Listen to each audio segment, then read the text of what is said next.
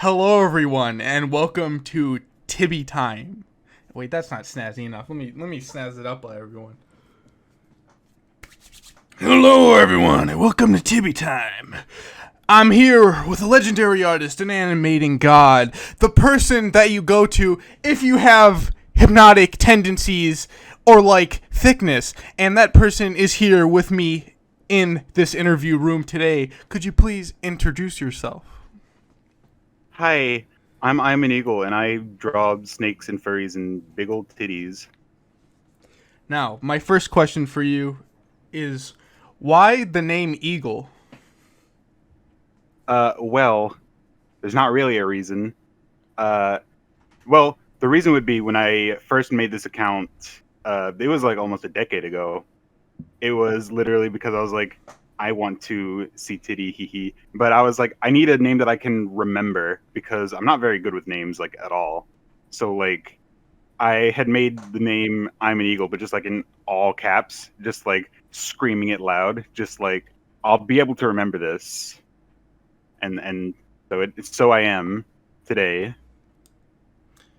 But if you are an eagle, why do you have no eagle OCs, or do you? I used to have one to like represent myself, but like I never really liked it that much.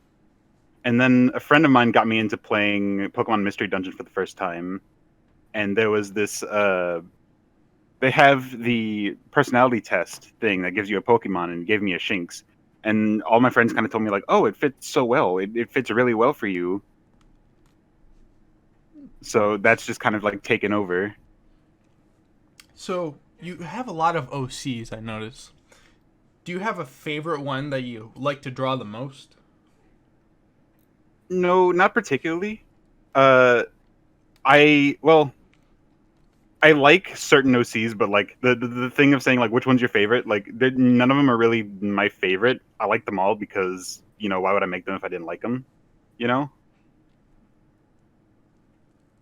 Hmm. So, I noticed I know you have no favorite in particular, but I noticed you draw a lot more Chloe and Zoe kind of just disappeared. Why is that exactly? Uh, because Chloe's got bigger titty than Zoe, and I need to. That's just kind of a problem that I've had for a while. Is just I kind of forget to draw Zoe, but she's there. I just need to draw her more. Well, why did your OC seem to get thicker over time? Because you noticed the big titty. Well, because I'm not good at being consistent. I kind of had the general idea of how their body shapes were supposed to be, but over time that idea just kind of like shifts, I suppose. So like over time you don't really notice it, but when you go back and look at everything like one after the other, it's kind of like, oh, I see, they're ballooning. Well, if they're ballooning up, is there a favorite part of the body that you enjoy drawing the most? I said it at the beginning of the interview. I mean, that is true. But would you like to elaborate more?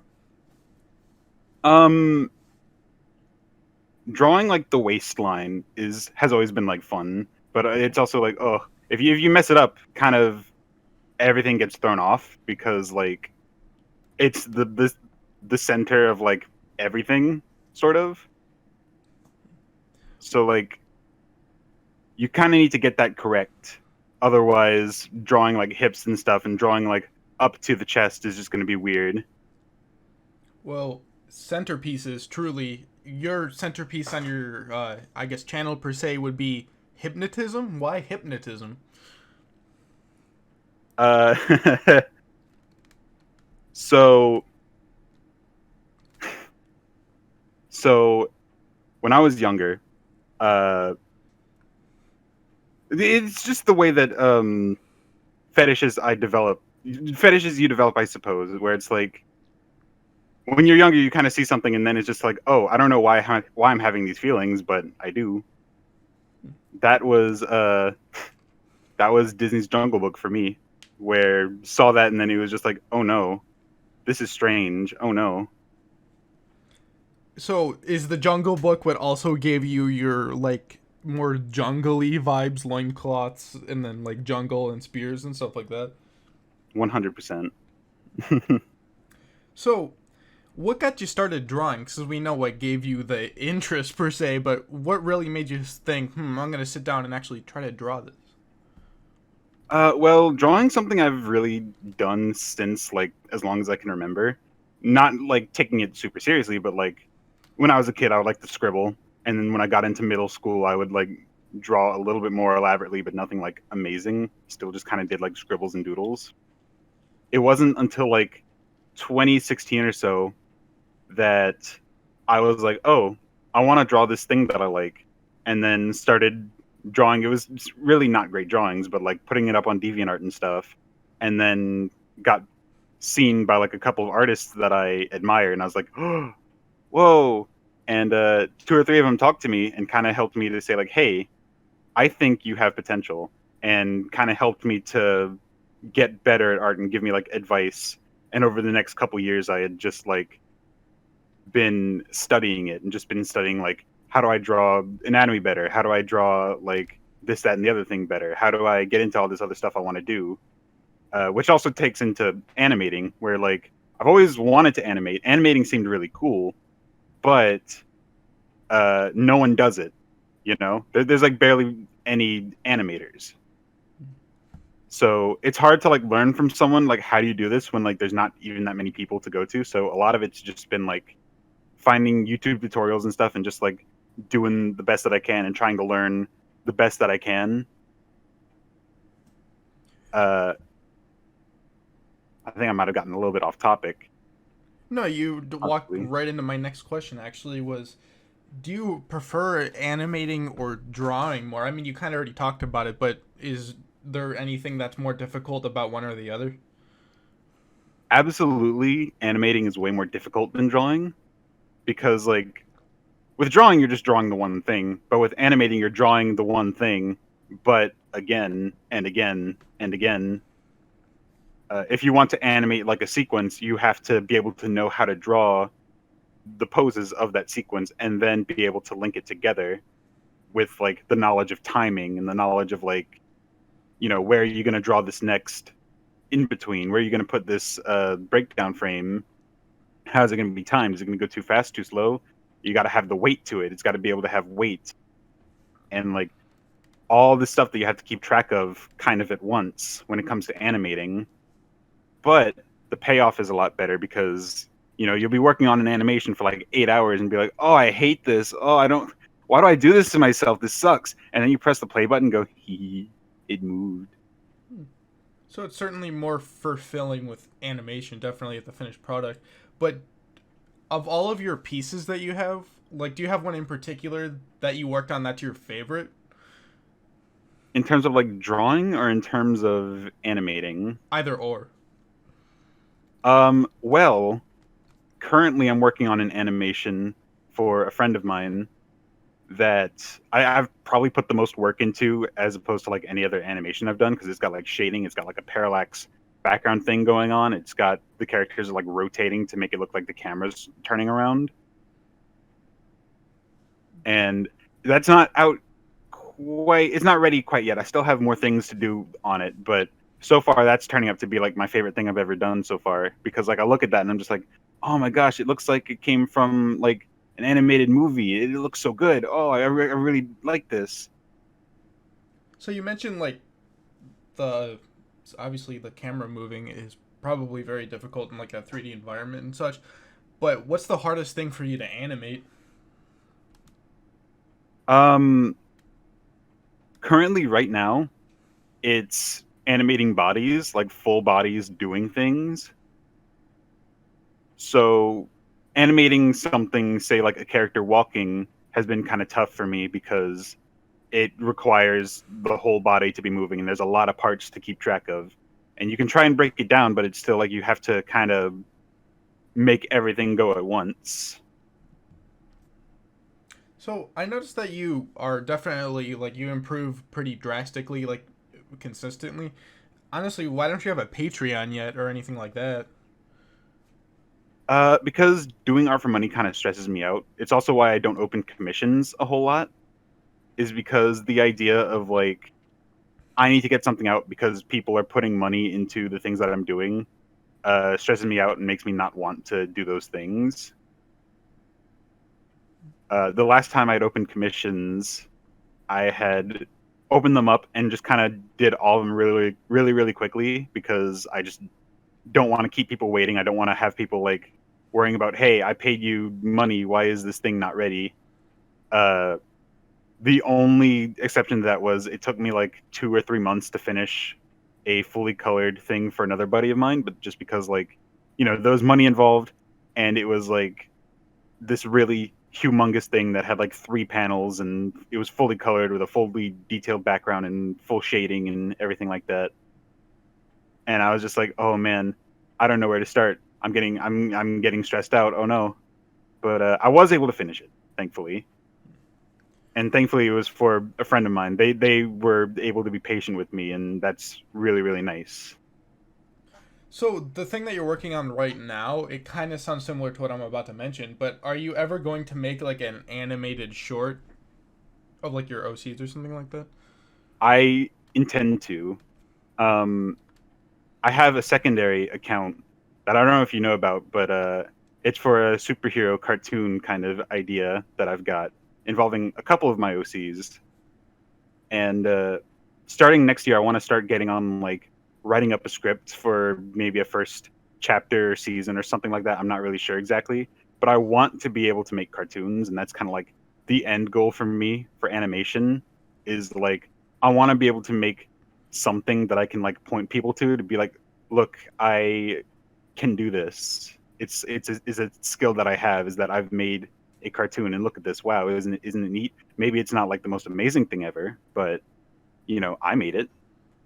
Do you have like an ultimate goal that you're looking like to reach? Like a true picturesque of how where you'd be. Well, if so, what would it be exactly? Um, Not yet. No, I don't have any goals of like this is where I want to be sitting. I kind of want to push the boat forward and kind of see where it sails. I want to get started on this cartoon that I want to make, and then kind of push that out, and then kind of just see what I can do from there. Because after being able to make something like that, I could continue on it and eventually make like oh, this is something that maybe people want to see, and I'll be able to make a Patreon for that because it'll be easier to make a Patreon for safer work stuff, and it'll be more like, oh, I'm okay with this because like it's not like people are gonna be like, oh, where is it? Where is it? Oh, I need it. It's like for example, Fox in Space. Yes, actually. Yeah, uh, something kind of like that where the creator made their first episode, and they're working on their second one really, really hard, and they have their Patreon set up and everything, and they're getting ready to. They're working like almost every day on their next part. It's just it takes a long time because it's like a really, really small crew of people. So like, or would you consider collabing with other artists to try to make this animated short more of a like reality, to put less workload on yourself? I would, but another part of me is like, uh, I would love to. I would just need resources and or money because I would not want to have artist friends and say, "Hey, can you work on this for me? Thanks," and then just like nothing for it. Hmm. Would I you? have friend. I have. Oh, I'm sorry. Oh no, I interrupt you. Go ahead. I have friends who also do like because I've been doing animation. They got inspired and like I want to do animation too, and they've told me before like, hey, if you ever need an in betweener, just let me know and I'll in between for you. Or I have friends who do voice acting work, and they're like, hey, if you want voices for whatever you need, hit me up. And I have other friends who do like sound design stuff, like Foley work, and some friends who do music. And so it would be like I would want to go to them and be like, "Hey, I would really appreciate some help." But I want to be able to say I'll pay you for it, or I'll do something for you for it, because just kind of saying, you know, if you do it, you'll get so much exposure for doing it. It's like no, no, no, no, no, no. So do you have I mean, you mentioned a lot of them, but do you have any like favorite artists that you look up, aspire, or are inspired by? Um, that's a tough one because there are definitely artists that I look up to and be like, oh, I really, really like how their art is. But over time, I've learned that just because someone has pretty art doesn't mean that you should probably look up to them because you don't know the kind of person behind the art. There were a lot of people who I've personally been like, oh, I really like this person's art and it looks really nice and whoa, hey, do you wanna talk and like get to know each other and like play video games or whatever and like just kind of get to know each other, and then they turn out to be like assholes and it's like, oh, neat, cool. So, like with a lot of the artists, I mean, you've already done a lot of collaborations, but right now, if you had to choose any artist that you know, which one would you collaborate with, and what would you guys make? Oh goodness. Um, Actually, okay. Uh, that is a good question because I was in the process already of talking with another artist friend of mine, Logger. They also do like hypnosis type stuff, and I had been bouncing the idea with him back and forth of like having a little cartoon be made with his character because I felt he asked me to help him because he wanted to learn how to do in betweening. So I told him that, hey, if we do like a little idea together, perhaps we can use that as like a way of figuring that out. And he was like, oh, that's really nice of you. And I'm like, yeah, but also because you're essentially doing in between work for free, essentially, let's make it something that, could be considered like, hey, this will be your reward, sort of, not like reward, but like, something that you could possibly enjoy making and want to see being made because you want to animate as well. So some kind of thing with him and his OC. We've been trying to storyboard, but we need just like time to do because animating just takes a lot of time. Truly. But back to your OCs, I noticed like a little bit of a balance shift. Chloe or Zoe or Sylvia and Sylvester or Sylvester. Who is more on your top shelf per se right now? um to be honest, right now none of my OCs are really on the shelf. I've kind of like haven't been doing a whole lot of OC drawing for a couple months. If anything, I want to put my superhero character Rough Ranger up on the shelf right now, but it's just kind of hard to get started on that. It's hard to get started on something like that when it's such a humongous task in front of you, you know? So, since you have a safe for work like thing going on and a not safe for work thing going on, are you trying to keep them separate, or are they gonna have like a bridge in between of sorts? Like, how are you gonna deal with that exactly? There's a sort of bridge. So back before I made the Safe for Work account, I had started posting the Safe for Work stuff that I was doing because I was proud of it, and I was like, "Oh, I just have an art channel. It's not necessarily a Safe for Work or not Safe for Work. It is not Safe for Work, but it's just my art channel." So posting things on my Twitter and being able to say, "Hey, here's art that I made." But I kind of noticed that, yeah, it is a not Safe for Work art channel. People don't really want to see like that kind of thing. So I said, okay, well, if you do want to see it, here's where I'm going to be posting it, and I'll just keep it out of people's, noses. But that's also going to be kind of nice because once it eventually does get done and everything, I'm posting like sketches and works and progresses and stuff on that Twitter. So like when something finally gets made and like a little cartoon or something, and I say, hey, I actually made a cartoon and I posted up even on my not safe for work because it's just something that I made. Uh, there'll probably be enough people that are like, oh, I didn't even know that this was a thing, and it's like, yeah, well, you know, uh, yeah. So, my final question for you is a more controversial question, but I want your honest opinion. So, I've been trying to get this answer for a long, long time. What is the deal with airline food? Well, I don't think I can tell you. I think it's a question for another day. Truly, a sound-breaking question that not even the gods themselves can answer, people. But thank you so much for being on the show. Of course, thank you for having me. Well, everybody, if you really like hypnotism and you're up for a really nice and up and coming animator or anything of the like, well, I have just the place for you. It's at I am Eagle on Twitter. And I hope you all have a great day. And don't forget to check out his other channels and stuff like that. Peace.